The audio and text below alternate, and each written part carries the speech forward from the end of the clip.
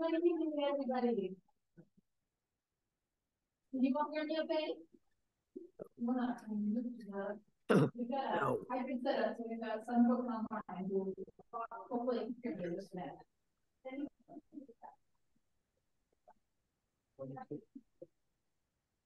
Hello. Hi. So good to be in this room all to kick off a process to talk about a community vision for the Muddy River. On behalf of the Charles River Watershed Association and the Emerald Necklace Conservancy, I'm really happy to welcome you to this process. I'm Elizabeth Cooper. I work at the Consensus Building Institute. I'm here along with my colleagues Marty, Holloway, and Hatfield, and to your hosts and the rest of the team shortly. Go to the next slide, please. Let me just say a little bit about our purpose here this evening. Mainly, we want to start an ongoing conversation with you that will be happening for some time about a community-led, ambitious, long-term vision for the Muddy River watershed, taking a watershed perspective, which you'll hear a little bit more about what that means tonight. And we want to hear your input to shape the next steps in the process going forward. Next slide, please. Wanted to take a moment to acknowledge whose land we're on here. You'll see that we acknowledge make sure I'm reading this right. We acknowledge the Massachusetts, Wampanoag, and Nipmuc nations as the past, present, and future caretakers of this land. You can see the overlapping presence of these tribes on this map here. Next slide, please. So I think this is a really constructive and collaborative group, and I'm so glad that you all are taking the time to be here this evening. I don't think that we're going to run into any issues, but these are just some guidelines to help us have a really constructive conversation. One is to maintain a respectful open space to share and learn together. That means giving your attention fully and generous with each other. Another is assuming good intentions. And make space and take space. This means if you know you're someone who tends to jump in to conversation all the time, please do that, but please also be mindful of sharing airtime with others. And if you know that you're someone who tends to be shy and stay quiet, maybe take this moment to nudge yourself a little bit and hear, because we want to have everybody's perspective reflected in this stuff tonight. And thank you to our virtual attendees for being part of this. You can see at least some of them up on the screen here. And folks at home, I hope that you can get a sense of the energy in the room here. And for you all, if you could just please stay on mute during the presentations. Feel free to use the chat at any time to pose questions or be part of the discussion. You all will be able to see each other's chats, and we'll try to touch base with those from time to time so that the folks here in the room can hear from you. And then when we have breakout discussions, you'll have a chance to participate with each other, and we'll hear reports from the virtual participants as well. Next slide, please. So just a brief overview of what we'll cover this evening. We're going to hear what coming up with a watershed level vision plan really is about. We're going to have some time for you all to say a little bit about what the Muddy River means to you, and then we'll hear from each other about that. Then we'll do a little bit of learning about the Muddy River watershed, talking about current conditions and future possibilities, seeing what restoring the Muddy River could really look like, and looking at some sort of peer and precedent projects to get an idea of what we're talking about. Then we'll go back to having discussion among you all to talk about your visions for the future. And then we'll just share a little bit about next steps and send you on your way, but hope you'll stay involved. So with that, next slide, please. I'd love to turn it over to Emily Norton, Executive Director of the Charles River Watershed Association. And if you could also, at the end of your piece, introduce our other partners.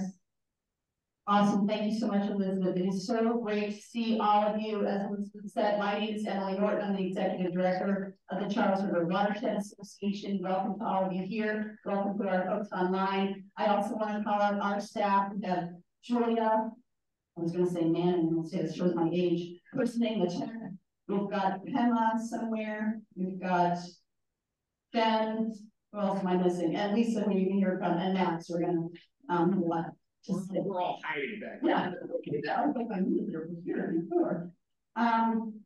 So we have a lot of ideas for what we think we should be doing to restore this area, but it's not going to get very far. The people that live close to it, love this special lands, love this special waters, don't share that vision and don't help to advocate for it, because it's going to take a lot of energy, it's going to take a lot of money to make the improvements that we're going to find out what you all want to see. But the more we have a shared vision of what that is and shared excitement, then we're all going to be able to work together to advocate to those who can free up the funds to make it all work. So it's a very respectful way to engage with you all. It's also very practical in terms of actually moving beyond the planning and the visioning to implementation.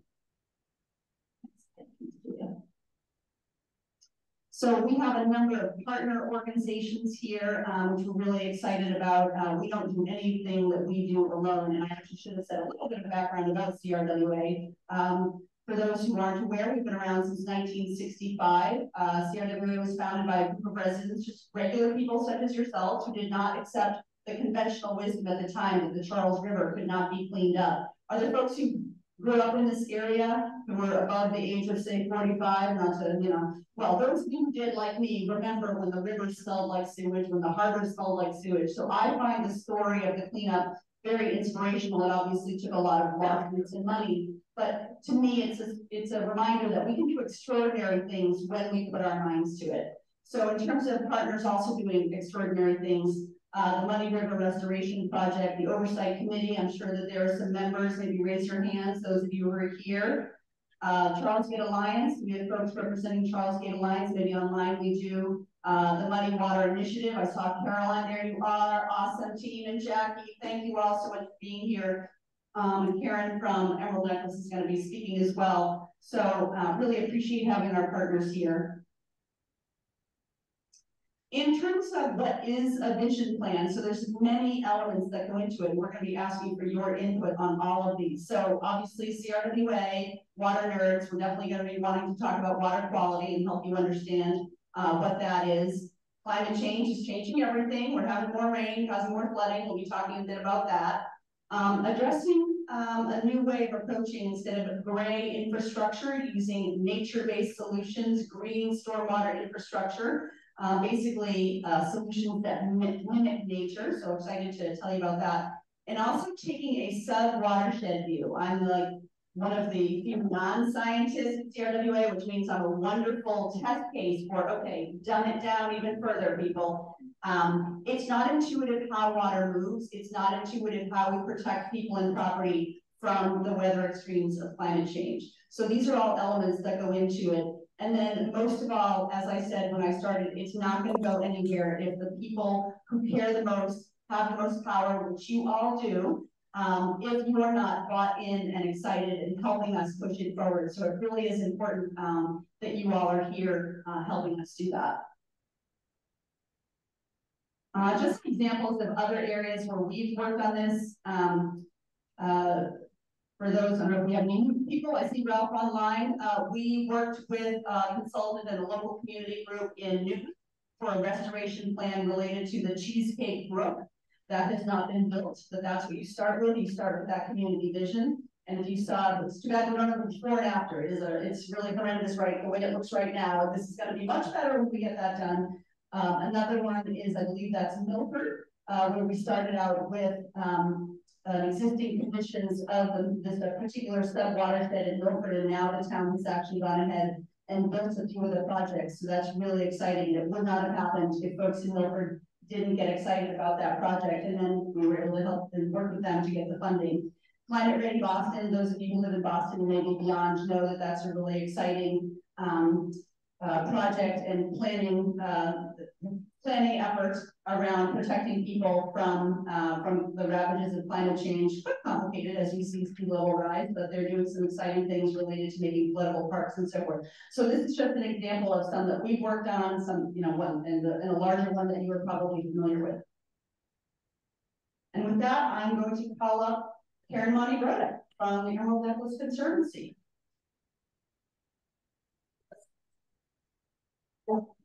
Thank you. Hello. So again, my name is Karen Monty-Brodek. I'm the president of the Emerald Necklace Conservancy. I am not a landscape historian by training. I'm an architect, city planner, and I've worked for park systems around the country, and I've been really lucky to be here. I worked with the Emerald Neck Conservancy the last 7 years. The really interesting thing about the Muddy River, and I think there's a watershed map over there, is that the Muddy River, the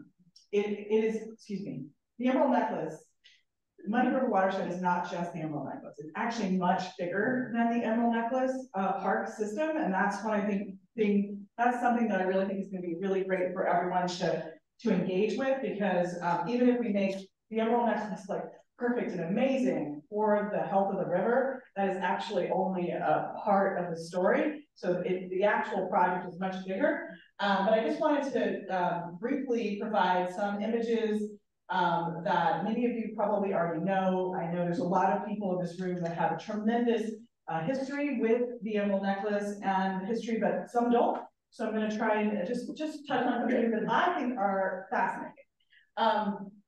So this is a new picture, actually. I just got to know from the group here of essentially some of the fishing technologies that were being used by indigenous peoples that might have been in the area that today makes up the Muddy River, because so much of the area that we are now standing on was not filled land.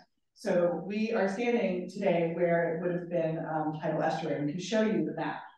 So next slide. Just going to give you, so many of you probably have seen this, but just in case you haven't, the area with the red splotches would be hard, and that's where you put a building. But everything else, particularly these areas, are tidal estuaries, and that's the way the world wanted to work. That's the way the water generates life, and all the species evolved. But then we do a lot of things to mess that up. And we have created systems that fill and sold land. And here you can see just sketched out the way that the land has been filled over time, bought, sold, and traded. And the way that we probably didn't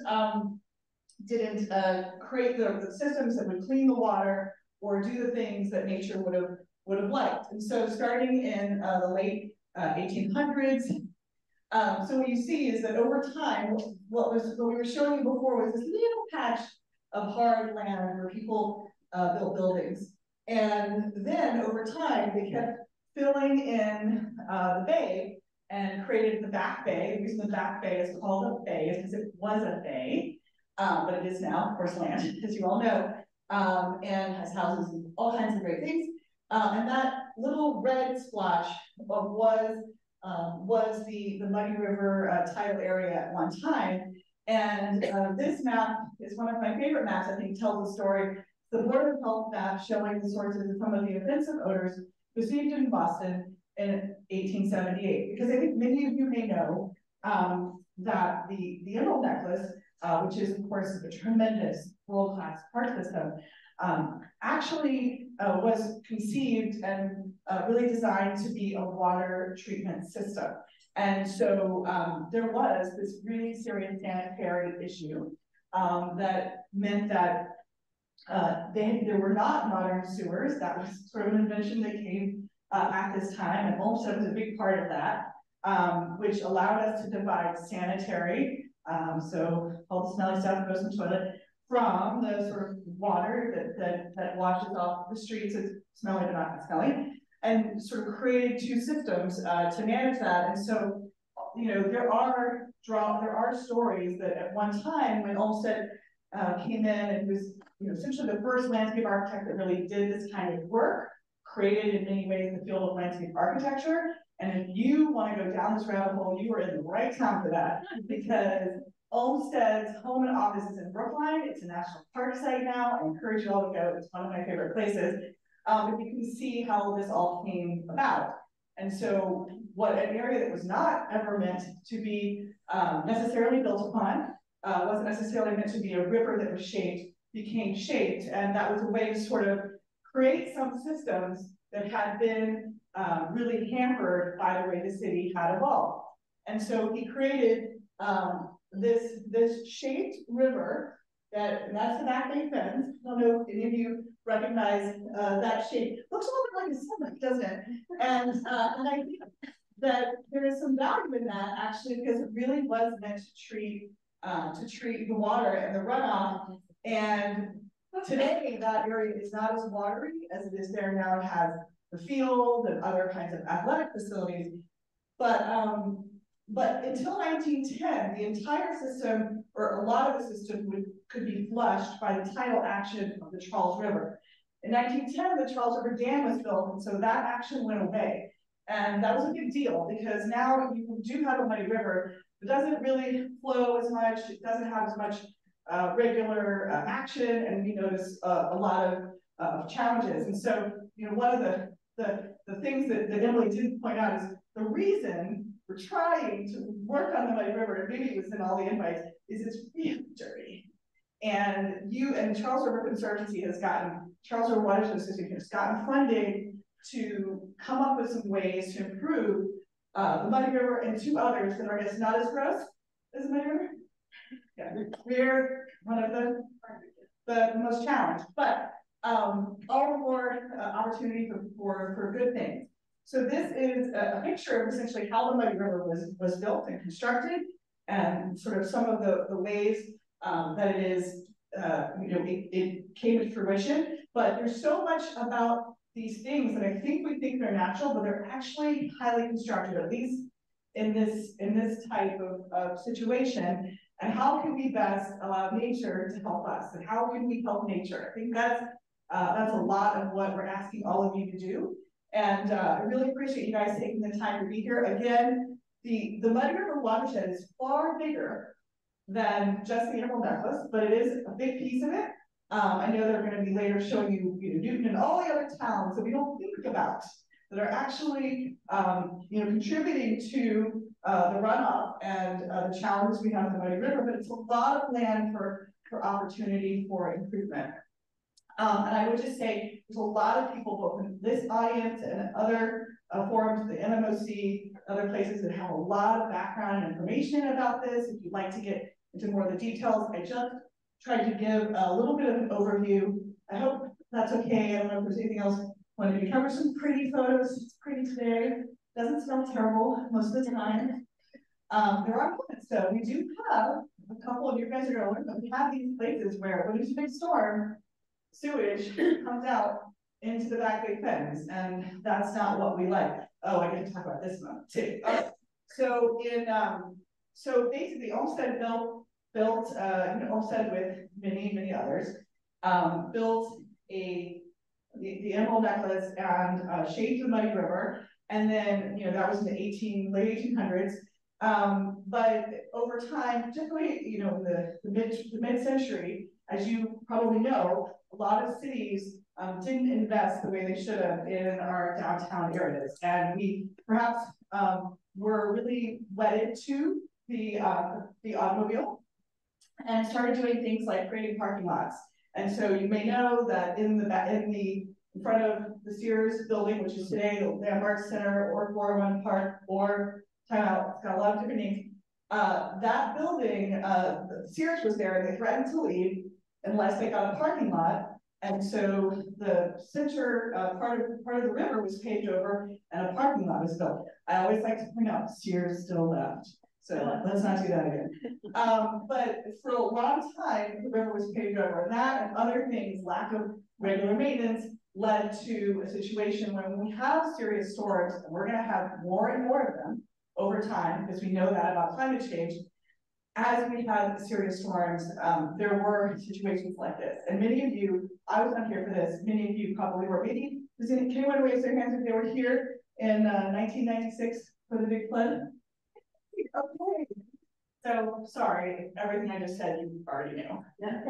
But I do want to just, mention this. And so the exciting thing is that this brought the attention of the real problem to everybody's eyes, and public partners, the City of Boston, Town of Brookline, many of the community organizations that are here in the room today, and got together, including our Governor Dukakis, who just turned 90 a couple weeks ago, became really active in this. And got the federal government to provide an allocation for funding of the restoration of the Emerald Necklace, which includes repaving that parking lot. So what you're seeing here, so this was a river, then it was a parking lot, now it's a river again. I know it's kind of hard to keep track, but that is what happened there. So today you guys see it, it's all open, but it's had a particularly bad midlife. And then, so this project finished, and then start on November 29th.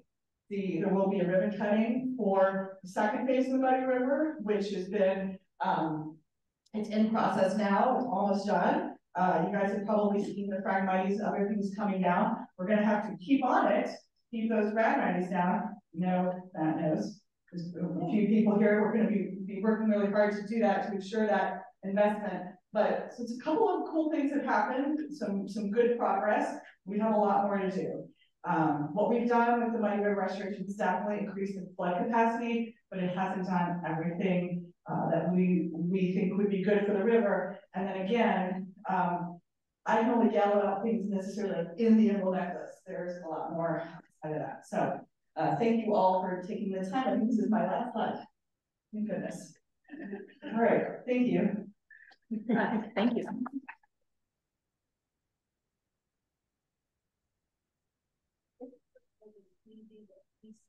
Basis, could you roll that up so we can read the whole slide? I think we can do that. Like minimize. Yeah, there we go. Or one person's interview, so we don't have to see everybody.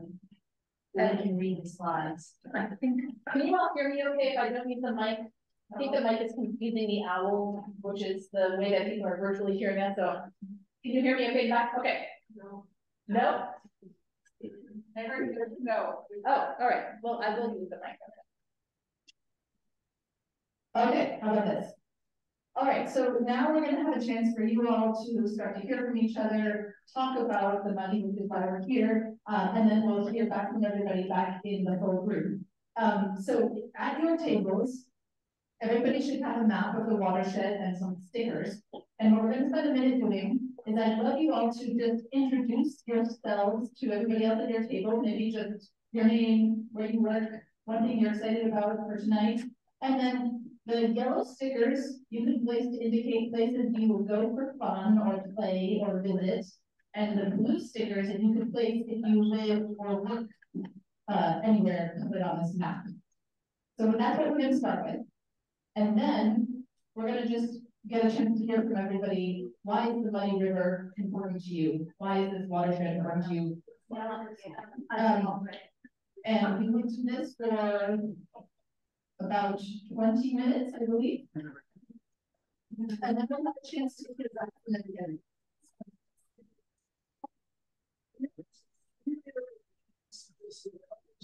Yeah, okay. Everybody ready for that?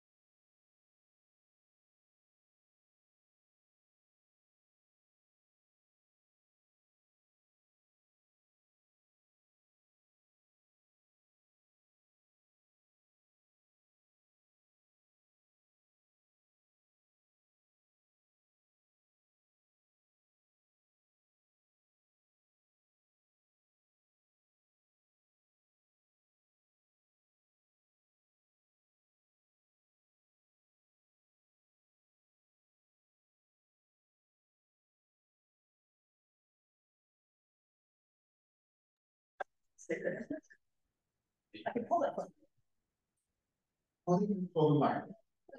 Okay, we had a good discussion.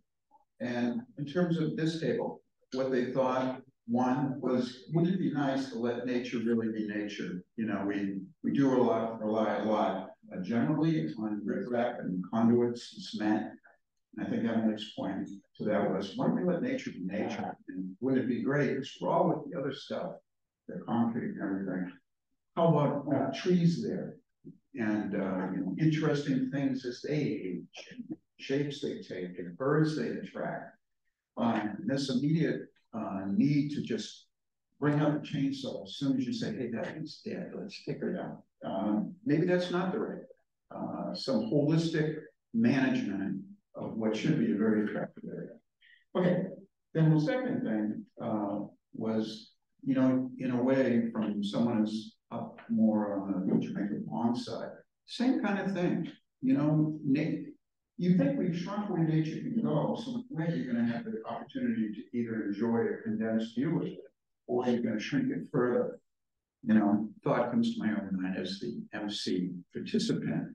You know, we could ask every time they do think about paving over anything, can it be permeable? Can we have ways to get them to change things? You know, if you look at the Museum of Fine Arts and the old pictures, the salt marsh or whatever Olmsted had went right up to the back gate. Yeah. But then that back gate became a wonderful VIP event entrance. And what they did is they paved it and they took an awful lot of that area. But that could have been done in a way that wasn't so harmful. So maybe we could have sort of a natural understanding. And then the last thing was that, let's see here. Governance piece. Oh. Emma, what was it? Steve Zagler. Had it happen. Oh, in fact, maybe if it's a question of funds, maybe on the borders of the Emerald Necklace for some of the institutions, whether it be something like the Red Sox, the universities, the larger landlords, set up a condominium kind of fee for maintenance. It doesn't have to be outrageously expensive. We can break it up among the participants because there's not a lot of folks who come through there and around it and just go over it and buy it and need something. Thank you. All right, somebody else. Yeah, things you love about it, things you're concerned about, other tables. Max, you Well, I can represent some of the Zoom participants. Oh, great. So, yeah, to represent some of us who are online, we had a conversation that was a lot about how many opportunities there are to encounter nature already along the Muddy River. And everybody who was in the Zoom room online talked about just it being a part of their daily life and seeing, you know, whether there's, you know, seeing people taking fish out of Jamaica Pond or seeing green cap, black cap night heron. I've seen an osprey on Leverett Pond. So that was a big deal from our group. That's great. Great. Other online facilitators or folks in the room, things you talked about, things you love about the Muddy River, things you worry about. Just one in the back, bring your mic.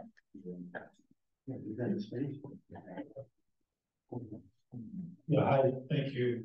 Frank O'Brien, President of Allendale. President, I want to bring out Carolyn, follow Carolyn, everybody else.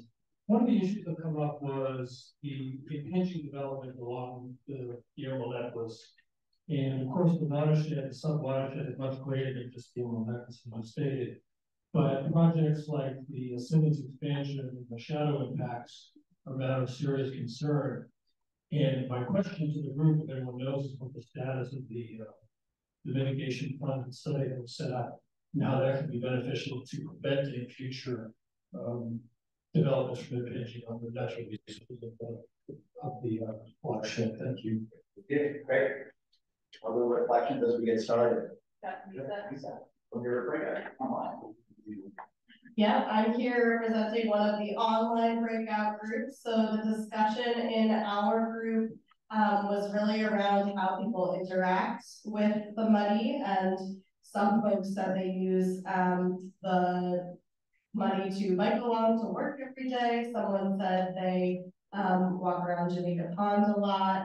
Someone said that they used to work in the Funway area near like Bed Bath and Beyond and didn't even know the money was there.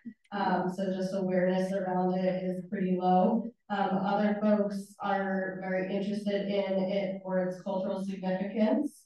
Yeah, I think that's the main summary. Right. Consistent things about kind of governance, financing, nature. Did anyone realize it was there? Yes.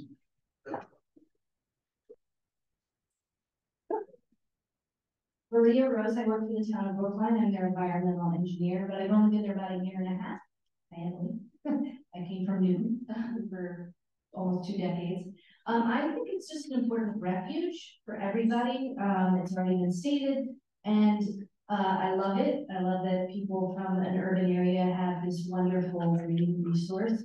My concern is there's a lot of, I'll use a fancy word, anthropogenic assaults on the muddy from just us. So anthropogenic just means human-induced assaults. And so if I work tirelessly to deal with sewage and other assaults that I have, control over, but there's a lot more that everybody can help with. And so the Charles River watershed does a lot of cleanups in the whole watershed, for litter and stuff like that. So I think expressing the value of that resource to a larger group than this group here, so that people did know that it's a valuable resource and we should treat it more respectfully and just value it like by how we tread on it more lightly. Great, thank you. One table down here.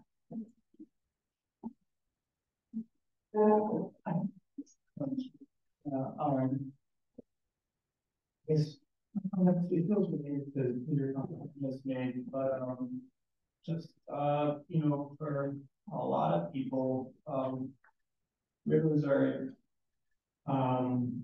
like a crucial way of being, a source of life. It's a source of life, and it is a crucial giver of life and resources, and a crucial way that people are in connection with the whole web of life in the land.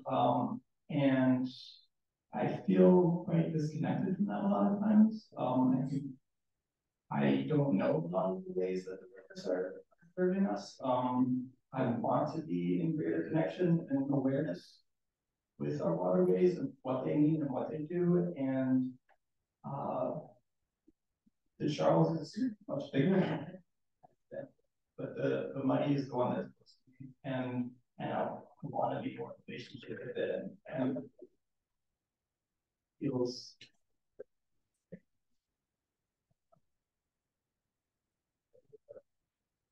Probably we have final comments on what we can do to our next section, but any I've got time for maybe one more table. One more online group. here we go. Hi everyone, my name is Chad. I'm with NLM's Conservancy. I represent one of the Zoom groups. We had a really awesome mix of folks with a ton of experience and history with the river, so it was great to hear some people's stories. But a few themes that I heard come up were thinking about how this work, we also talked about development and the suppression of groundwater hydrology, and how this work takes time and requires patience, and want to acknowledge all the people doing that type of work. But there were also some interesting points about how these restoration efforts can really be forward-thinking and can be, efforts towards climate adaptation. And, I think we've thought about a lot of these things, but how do we be protecting species and thinking further about the future. Yeah, and then there were some thoughts about how these examples can then be taken elsewhere, and community leaders mentioning how it could be expanded to other places where they're working for school year. That's our final online breakout. Okay, great. Thank you all so much. Really exciting to hear about. And this will be kind of fodder for what we're envisioning for the future, which is where we'll be going later in this meeting. But now we're going to talk about the current conditions. So Max Rome from Charles River Watershed Association is going to share with us a little bit about the state of the muddy today. And I heard some questions as I was wandering around about, well, what does it mean that the muddy is gross right now? And so Max, please enlighten us. Yeah, so what do we talk about when we talk about pollution? The way that we like to start at the Charles River Watershed Association is you know, kind of at this watershed scale. You know, why do we think about watersheds?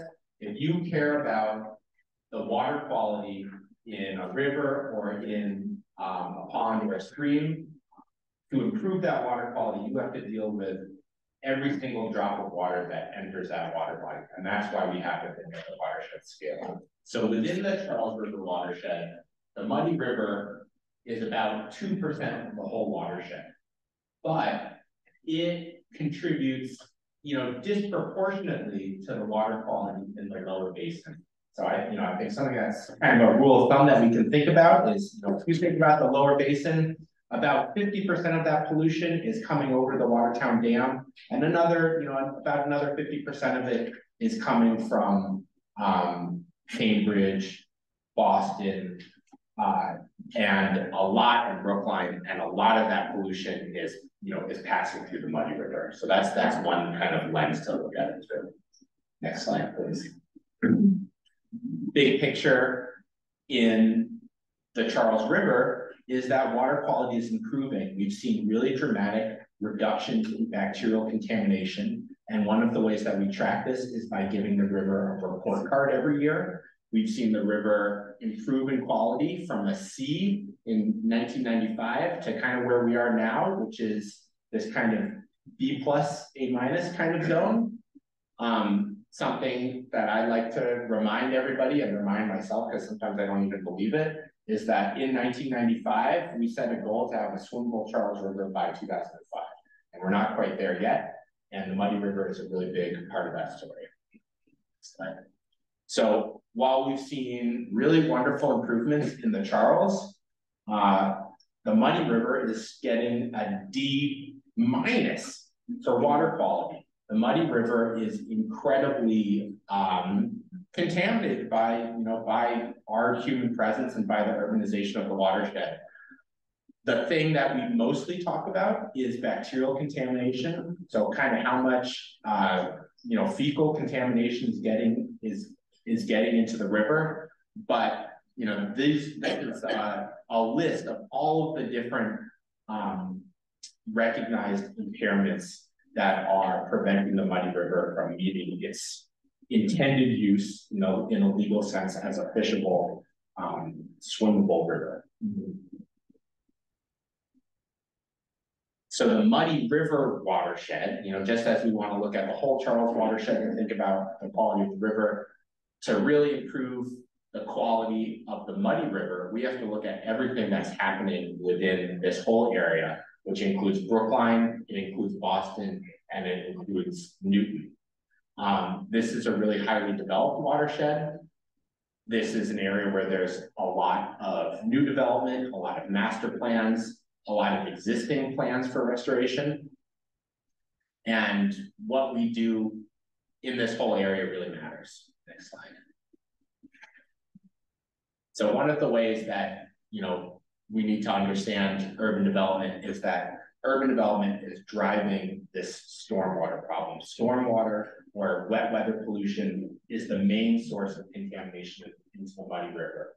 And when it rains, this wonderful efficient storm sewer system that we've constructed gets all the rain off of our roads, hopefully keeps the rain from going into our basement, but it puts all that rain right into the Muddy River, and it brings along with it, all of the debris that's on our public roads, whether it's kind of exhaust and oils from vehicles, whether it's, poop from dogs, or whether it's leaf litter, which is something that we think of as being kind of innocuous, but that leaf litter, in a natural setting would have decomposed on the ground. And because of this wonderful efficient storm sewer system we have, a lot of that leaf litter is now decomposing in the Muddy River. And you can see that as we walk the Muddy or paddle the Muddy. This is another slide just to kind of hit the same point home. In an undeveloped landscape, about 50% of the water that hits the ground is going into groundwater. In a developed landscape, about 50% of the water is runoff, is kind of going over the surface, is carrying all that debris into our receiving waters. Next slide. So in the Muddy River, what does that look like? The Muddy River is 44% impervious.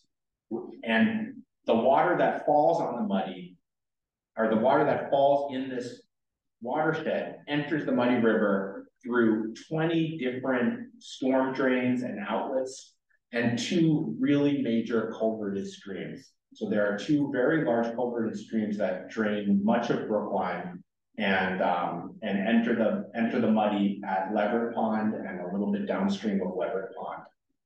And these are, you know, just major conveyors of both flow and contamination into the Muddy River.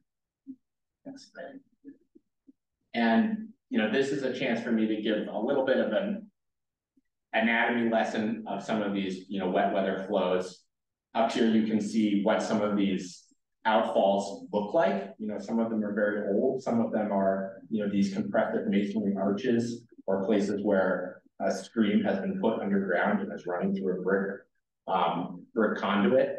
There's other places where, you know, it's a continuous trickle of water that's coming out of a pipe that terminates underneath a culvert or beneath a bridge. You know, this image here is an example of outfall that DCR owns that's been kind of stabilized and taken a little bit of care of, but there's kind of a very complicated vocabulary of different pipes that are carrying this water into the Muddy River. Instead of having tributaries, we have all sorts of different types of pipes. And, you know, a little bit of vocabulary here. We've got pollution that comes from storm sewers. So that's just that dirty water that's washing off the city streets. That's a big problem in and of itself. On top of that, we've got another challenge, which is that those same storm sewers can carry contamination from domestic wastewater, and it can come in 2 different ways. One way that it can come is there can be illicit connections. So there can be a situation where we've got old cities, and there can be a pipe that is coming from someone's toilet that should be connected to the sanitary sewer, but is instead connected to the storm sewer. That's a challenging problem to solve. Another even more challenging problem to solve is situations in which the sanitary sewer is just a little bit leaky, and it might be really close to the storm sewer, and that type of bacterial contamination is entering the storm water through that kind of what's called infiltration and inflow. Finally, a really dramatic example of wet weather contamination comes from combined sewer overflows. And in the Muddy River, those beautiful gatehouses right next to the Emerald Necklace Conservancy's headquarters house a location where the Stony Brook conduit, which receives both stormwater and wastewater into one pipe, can overflow into the Muddy River. Next slide. So this is kind of a water level view of what that outlet looks like.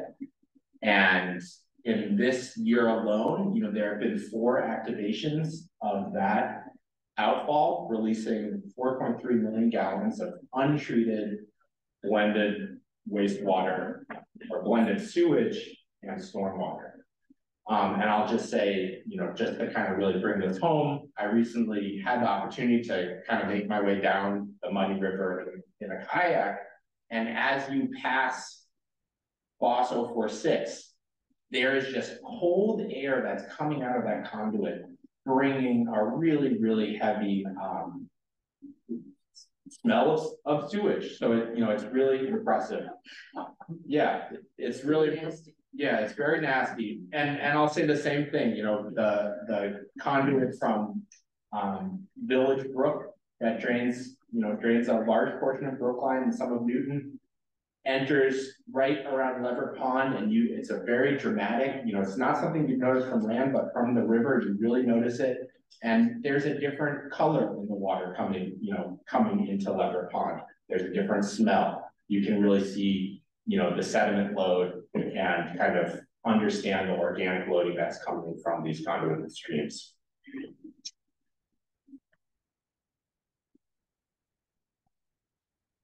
So now, hopefully we're understanding, like, to deal with this water quality issues, we've got to deal with the water that's coming in, and Lisa's going to talk a little bit about.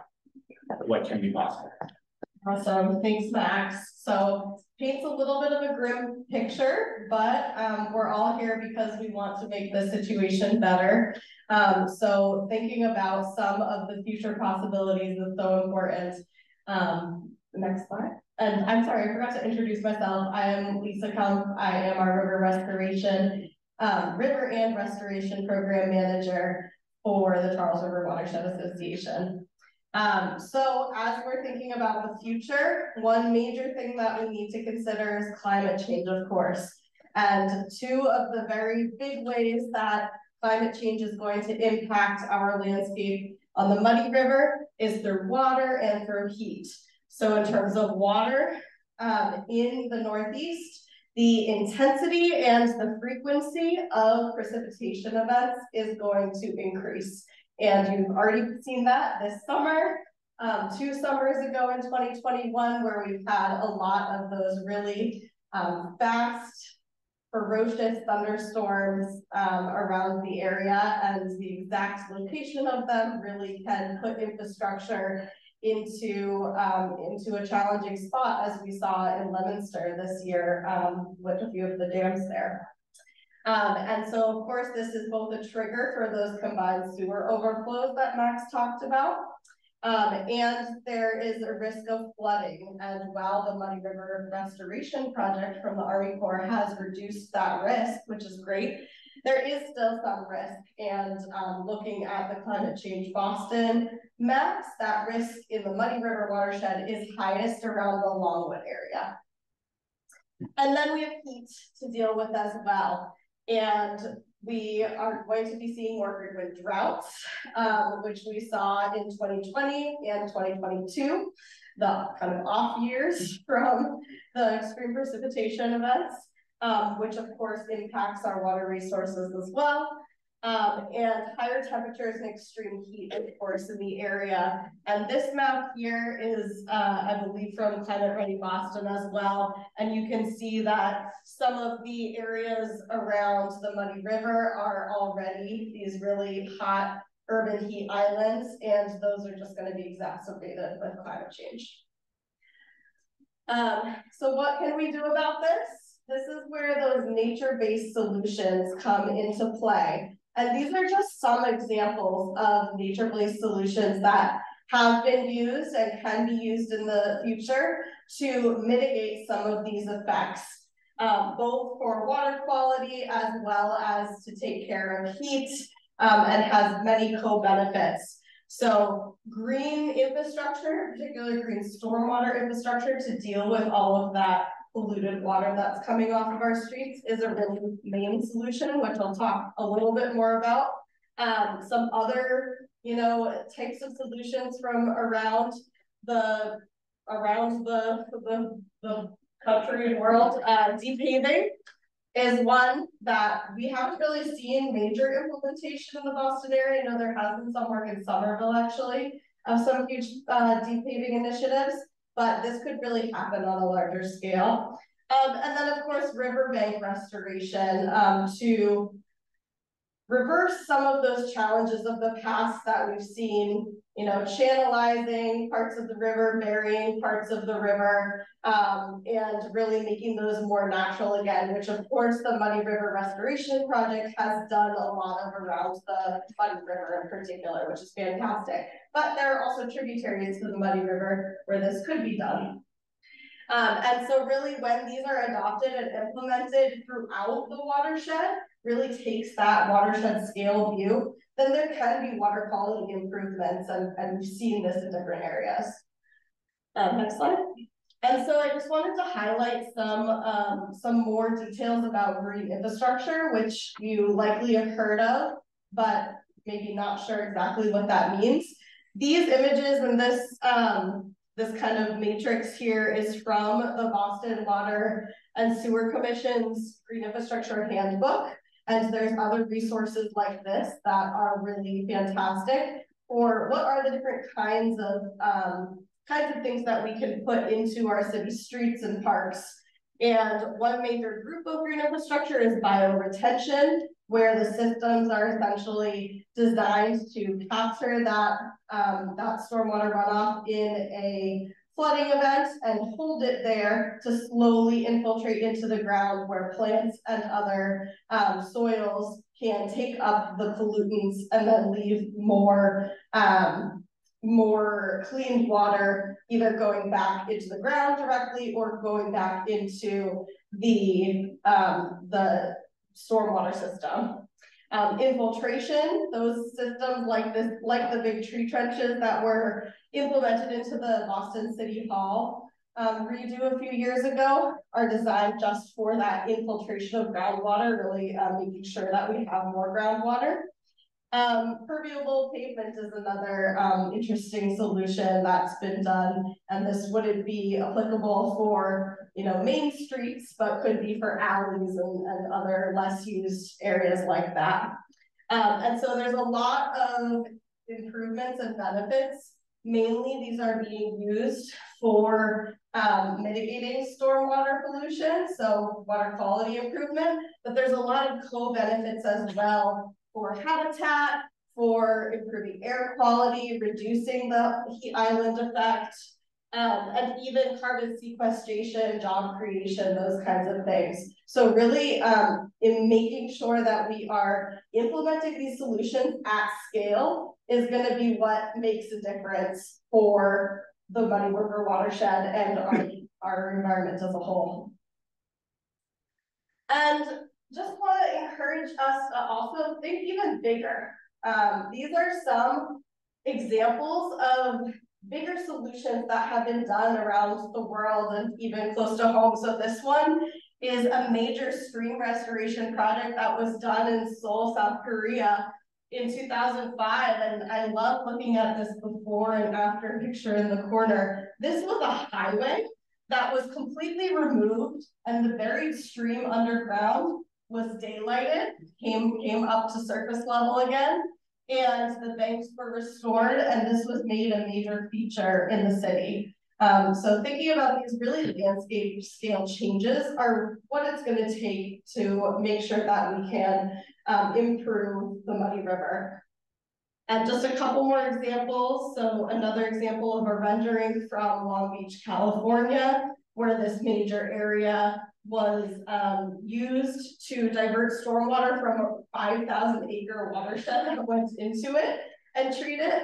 And then right in our backyard in Cambridge, we have an amazing piece of green infrastructure, which is the large alewife restoration constructed wetlands, which took many years to create, but mitigates a large combined sewer overflow area in Cambridge and puts that water into this wetland area that people now use for recreation all the time. So just want to encourage us to think even bigger. And really imagining that this resilient future is possible. Right now, as we all know, there's a lot of money that is coming down the pipeline for climate adaptation and updating aging infrastructure. And we need to make sure that we have actionable plans in place to take advantage of that money as it comes down, to really make sure that those dollars are being spent in the areas that we need them most around our area. And as I talk about with our restoration throughout the Charles River watershed in general, all of these things, the main factor is adapting to climate change, of course, incredibly important.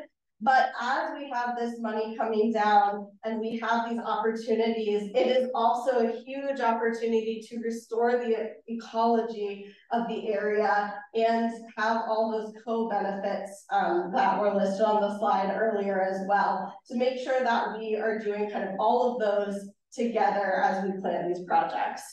And just as an example, the Charles River Lower Basin, as Max talked about earlier, went from around a D in 1995 to an A- in 2017 in about 25 years. So why can't it happen for the Muddy River too? It can and it will with all your help. And really, so I'm just leaving it at, to restore the river, we really need to reimagine our relationship with nature and how we use our space. Right? Great, thank you. All right. Thank you, it's terrific, really great. Thanks.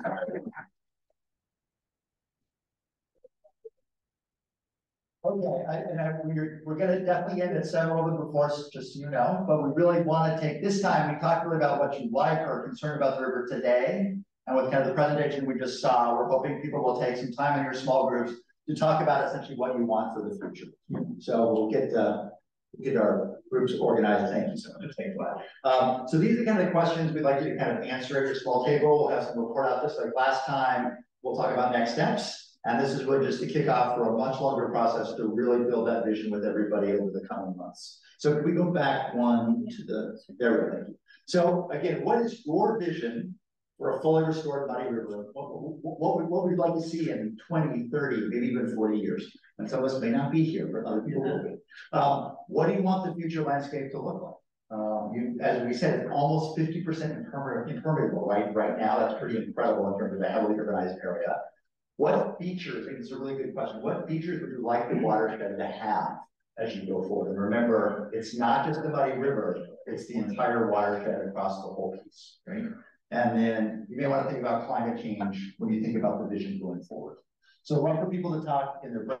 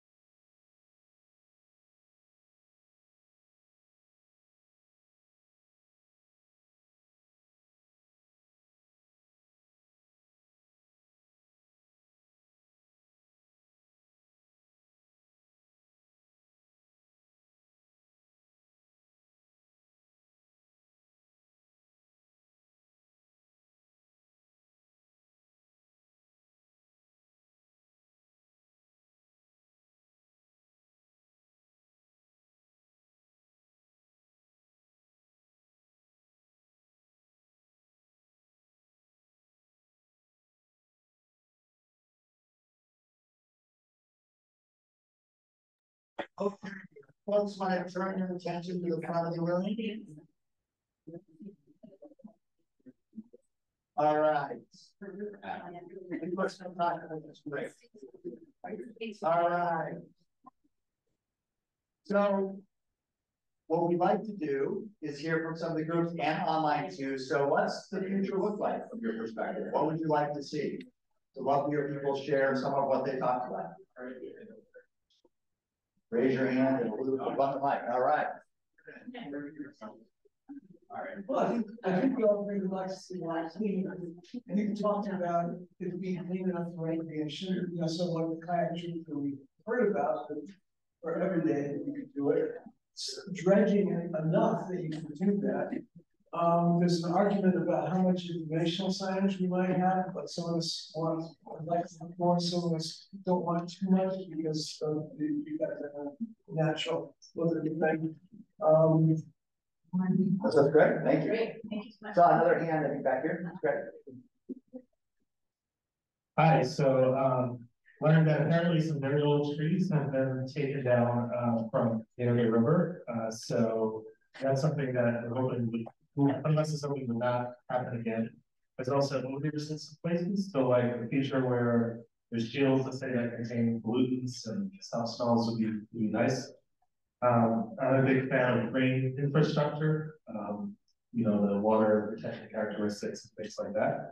But also a lot of good work that's been done to date to just keep consistency and perseverance continuing. Great. A future with less smells, more recreation, more signage, but not too much. Really nice trees. All right, I've got a report out from a virtual group as well. So there was also talk about wanting to recreate on the river. Mentioned that there are historical photos of canoes, which were actually staged, which I didn't know about, which is interesting. But would be great to do that. But concerned about what it would take to get there in terms of water quality as well as access.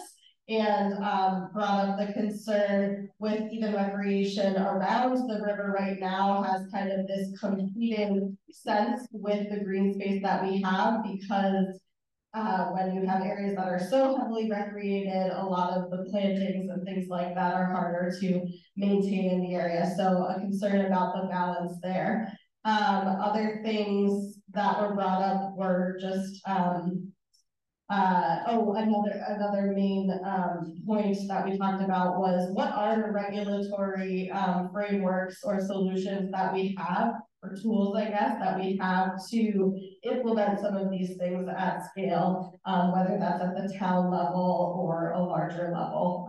So that kind of be brought up as a question as well. Right. Did you have a breakout room too? Our breakout group was very literal thinking about this. They were just basically said it's all about the water quality. You know, a cleaned up muddy river is a muddy river with clean water, and we just had a kind of a big conversation about the incredible intricacies of the different pipes coming into the river, and some really interesting questions about, you know, can we quantify the difference between the base flow of the muddy river and the portion of the muddy river that is stormwater runoff? And definitely left me with some good questions about things that I want to, you know, figure out how to put on paper. Great. Other reflections? Yes, Thanks, baby, but we have the answer. I'm reporting from one of the breakout rooms as well, and we talked about how this fully restored muddy river is a big opportunity for people like us who care about water in its different forms. And our group talked about how it was somewhat like an art form that needs to be managed for the river to be brought back to its restored state. And understanding it may not look exactly like it did before, because like the Charles River, you can't just tear down the entire back bay now, but understanding that it'll be an urban suburban river, so somewhat of a happy medium. We still think there's a lot of thinking to be done and a lot of people to convince. But again, that was, and it's not impossible. Everyone said cleaning the Charles is impossible, but with a lot of work, hands, and nature-based strategies, science, advocacy, going to court, very possible. And the last thing we talked about was getting buy-in at both the city and state level, and talking about how many great environmental orgs there are that are doing great work, so coming together as a larger coalition.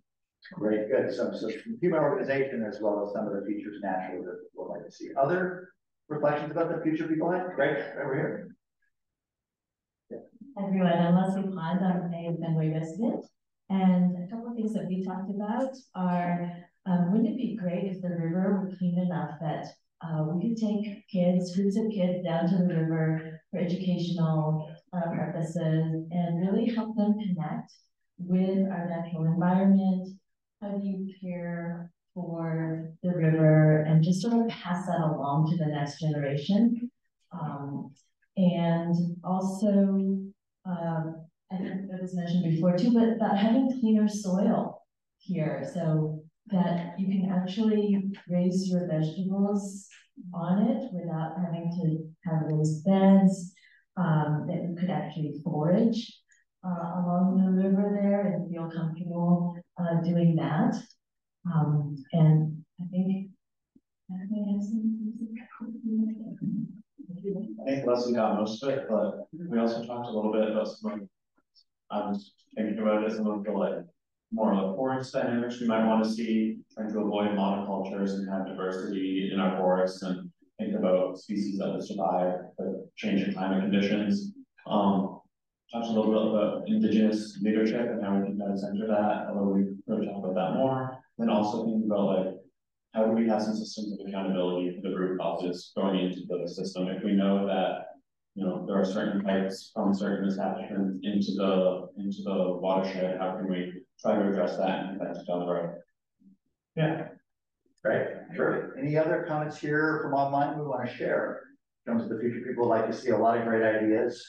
I think some will come now. All right, let me talk a little bit about next steps. And then before I do that, though, a few things. There are, on your maps, you have a lot of great dots. If people didn't write down something about them, we don't know what they mean. So if you have a minute as you'll be, you can just jot down important features, scribble on the maps, it's all yours, it'd be super helpful. We've got 2 posters over here that say either ways you'd like to be involved or other people we need to involve, individuals, organizations, whatever it is. So we'd love you to fill that out as well. We've got some other charts here if you have time to look at it as well. So let's talk about next steps. All right, so today obviously is our first kind of introductory meeting, just to get everybody warmed up. We're really so delighted that people came out here and online, so thank you for doing so.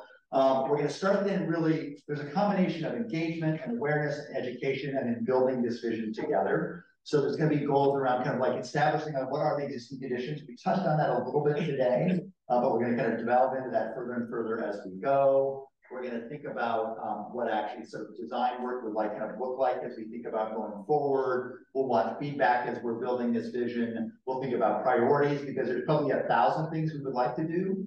And probably there needs to be some order in terms of which might get funded first. What one thing doing first might actually lead to better things down the road. So we'll talk about prioritization.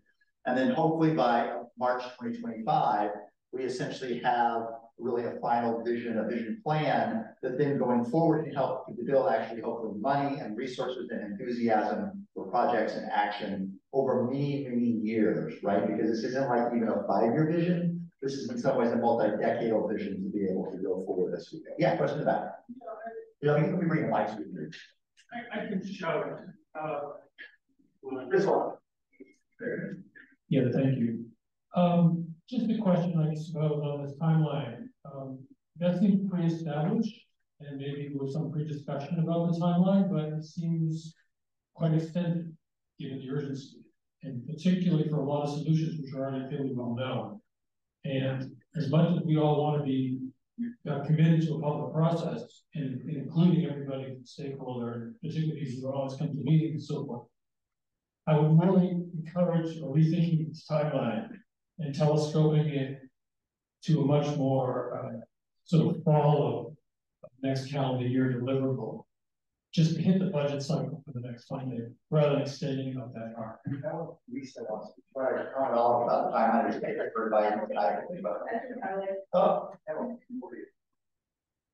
This is going to shock you, but we're actually a nonprofit dependent on donations. And none of this would have been happening if we didn't get $1 million anonymous grant over 2 years, literally. So anyone's got any funding and wants to make this all happen faster, that's what it takes. Tragically, We have other projects we're working on in the watershed. There's other areas that are also polluted and messed up. So Lisa and Max and Jen are, they've got other things we're working on. As we have more funding, and we are actively seeking more funding for this, with Emerald Necklace, things can, you know, it's amazing what money can make happen. So just to be very frank about, we're doing what we can with the resources we have, and we'll be doing more with more. Does that mean that this is contingent upon? This is what we do with what we have, and we are actively seeking more. Lisa, I don't know if you have any. We can only Was that too subtle? We can only put so much staff resource time, you know, into this. I think that's where the extensiveness of the timeline comes, is really the number of staff we have to concentrate on this project.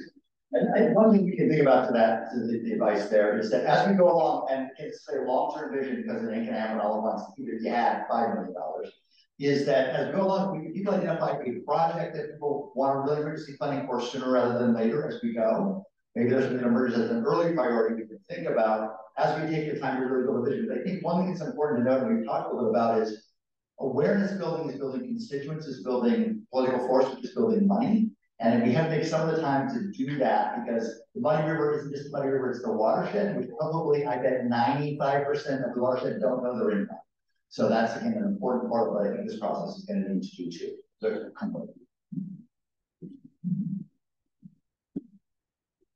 Thanks. I'm really unclear about what this could even be, this design, because many of the talks that we heard tonight, like from Lisa, are about things that must be serious money and serious infrastructure, like the green stormwater infrastructure. I can't imagine that's not billions of dollars. And I don't, could anyone tell us where either city or town are at this point with their plans for building it? Have they even accepted the responsibility for doing any of that? And are there plans? Or maybe that's the design you're talking about. Yeah, great question. And I think the thing that everybody should understand in this room is that right now, there's something pretty incredible happening in the whole Charles River watershed, which is every single town is required by law to reduce essentially their stormwater runoff by about 50% and even more in urban cities. So right now, every single city, every single municipality, Newton, Brookline, Boston is its own weird case, has had to come up with a phosphorus control plan, which they just finalized this year.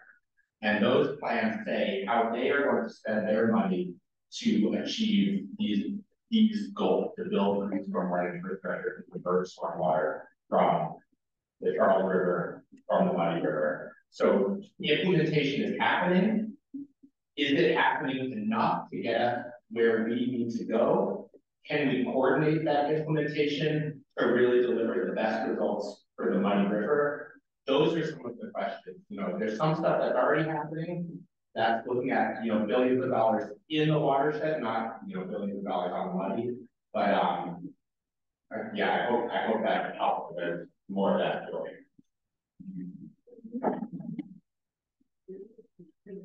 Sure.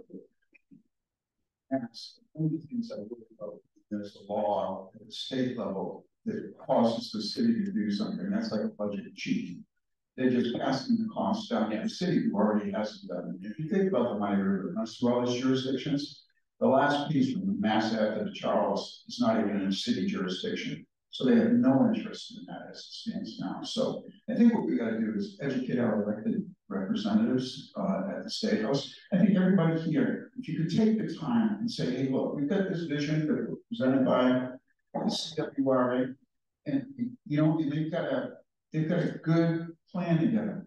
We want you to support it. We'd like you to find ways to get some funding on the state's parts, because after all, you've got the DOT, the DCR, the MW, God knows what. How much have they allocated to their budgets to work with them so that they don't have to take all the burden and implement some of this thing? Unlike climate, when you're trying to decarbonize the globe in the air, this is water. This is local. We can deal with this. This is incredible. We know where the CSOs are, right? Why aren't we doing it? We could start with that, say, look, I'd like to, in that way, we would allow these folks to accelerate their plans. Okay, so everybody's gonna write a letter. You know, letters are so powerful now because nobody ever gets them. So, it's a letter. You know, and say, hey, it's only been, I think, Olmsted's vision, 1905, I think they put it. Okay, it's more than 100 years, and we've wrecked a lot of what we did, so we're trying to fix it. So that all starts with us. He's the man who got the Detroit Lions on the east bank of the river that's taken down. He's the state senator. He wouldn't mind, but he can help. All right, again, I think a lot of work ahead, as people have noted, but again, with a lot of enough force and political capital, things can be done. I just wanted to correct something Max said, so people are not thinking that we have a 50% reduction in our volume of the flow going to our outfalls. It's a 50% or more reduction of nutrient pollution. And we also have other targets, and it's like millions of dollars that of investment that municipalities have to make. So we are working in, like, I guess, in a different route. I'm here because I was interested to hear what you guys were all going to talk about behind our backs. So, no, I'm just kidding. I'm just kidding. But I am curious if you are going to involve the municipalities, and also what is the $1 million for a report? Or any actual solutions for, is it $1 million to come up with the plan? I would say, I'll respond to the dollars. I would think the intent as we do this bidding process, municipalities, the groups that were mentioned, would put up front on the screen are all going to be partners to do this together. Because ultimately, if the cities don't share the vision, then it's probably going to have a hard time being implemented. So the thought is that we're going to do this together in this way. So this is only the beginning, starting with the community, and then we'll do a lot more. But I want to speak to the funding. Yeah, it occurred to me we could start with a theory of change. So my other identity, in addition to being the executive director of CRWA, is being a city councilor in Newton, where Maria was fabulous environmental engineer for the city for many years. So she very much understands the perspective that anyone who does who's worked at a city level. So I actually reached out to Dave Auchincloss, who was a former city councilor and now is a congressman. He's excited to help try to get some money for this. There's no plan. What would we ask for money for? This project, this project, this project. We don't have that put together. That I can tell you right now, congressmen, the city councilors, you know, mayor, whoever it is, they're not going to step up and drop everything on their plate. You know, like, give us money to clean this whole thing up when there's no plan. You've heard of shovel ready? I mean, Maria's nodding her head because she gets it. So what we're trying to do, we could try to go get a meeting with Mayor Wood. We could try to go to a meeting, and I say, CRWA. If we go and we've got, you know, 100 people marching on the State House or 1,000 people signing a letter, then we have a lot more power, regardless of what we're asking for. Certainly in this case, it's sciencey, it's engineering, it's confusing. We need people who care about this land and care about this water to be aware of what needs to happen to clean it up. And then be part of our nonviolent army, asking, urging, demanding support. Does anyone know how much the big dig cost? 22 billion and counting. It started at like 2 billion or something. Because you know what? Whenever it's really to talk about something and they want it, we can find the money. I submit to you that with the cleanup of the Charles and the harbor and the Mystic to date, $4.7 billion. If you had told them at the very beginning that's how much it's going to cost, well, we know this. So many people didn't know it was dirt, and people know for decades. There's a fabulous book about the cleanup that I strongly recommend. Legislators for decades were ignoring it. Governor Dukakis didn't, you know, he wasn't in a rush. I probably shouldn't say it on video, but anyway, he ended up in the right place again. So there was a lot of flagging, and the public was letting them get away with it. Yes, there were lawsuits, but it's really when the public got outraged. So we need people to be outraged about the trash and the poop and the just disgusting nature in this beautiful area. This incredible, literally jewel on the necklace. But we live in, I guess I'm carrying on here talking about my metaphors. But you can see where I'm going with this. We need people beyond CRWA to be knowledgeable and to be fired up and kind of ticked off. That's when elected officials respond and money magically appears when people are ticked off enough about it. So that, and it's not to dump on the cities and towns. We like to help cities and towns get funding. But let's say Maria wants to do something amazing in Brookline and none of her select board know anything about this, understand any of it. She's not going to be able to do that. Maybe the select board needs Cindy Green. Maybe the Boston City Council, the state of Boston, they have any idea about any of this about it. That's what we need. There's that network of folks. But the power is really in the people. There's one of my favorite quotes, steps on the third year goes getting up Gandhi. But it's true. When the people lead, the leaders will follow. And it's really, really true. So that's really what this is about. This isn't the only meeting we'll be doing. We want to be doing these all areas where people care about this land, care about these waterways. That's the vision of how we get from here to there. And then I strongly believe, because I've seen it before, the money will follow.